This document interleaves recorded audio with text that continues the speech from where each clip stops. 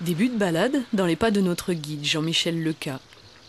Première rencontre, un couple de cigognes, protégés des dérangements par la hauteur de l'arbre choisi, l'observation en est aisée.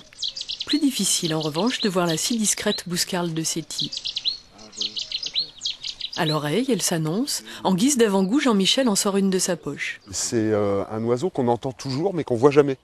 Et donc, moi je suis sûr de l'entendre quand j'arrive et ça me permet de montrer aux gens ce que c'est, quoi. Même si on ne la voit pas, ils auront une idée de la taille, du volume de l'oiseau, etc. Après l'oreille, c'est l'œil qu'on régale. La si bien nommée phragmite des joncs nous offre l'étonnant balai par lequel elle marque son territoire. Un tout petit territoire mais qu'elle défend âprement. Phragmite qui est reconnaissable à son sourcil clair, juste sous le sourcil foncé comme ça. C'est vraiment une caractéristique de l'espèce qui fait qu'on n'a pas de mal à la reconnaître quand on connaît un petit peu les oiseaux. Et au point de vue du volume, vous voyez, c'est un oiseau qui est assez petit. Si on compare par exemple à un merle ou à une grive, voilà ce que ça donne.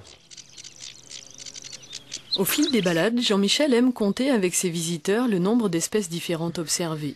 Le hasard, le temps et l'acuité du regard jouent leur rôle. Mais dans des terres aussi riches en habitat, la liste des oiseaux rencontrés atteint sans peine la trentaine. Et pour chacun, même les plus communs comme la linotte, il y a toujours un détail pour nous surprendre. En fait, c'est un gros malin. Le mâle construit plusieurs nids. Les gens se disaient autrefois, s'il construit plusieurs nids, c'est que sûrement il a dû oublier où il avait construit son premier nid, et donc il en reconstruit un deuxième. Mais c'est pas du tout ça qu'il fait.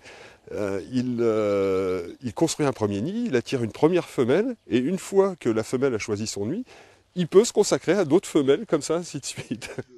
Le festival de l'oiseau est un vrai temps fort pour tous les guides nature. Mais c'est aussi tout au long de l'année qu'ils font découvrir leur territoire, des migrations de printemps à celles des départs au temps des premiers froids. En baie de Somme, on peut observer plus de 350 espèces différentes.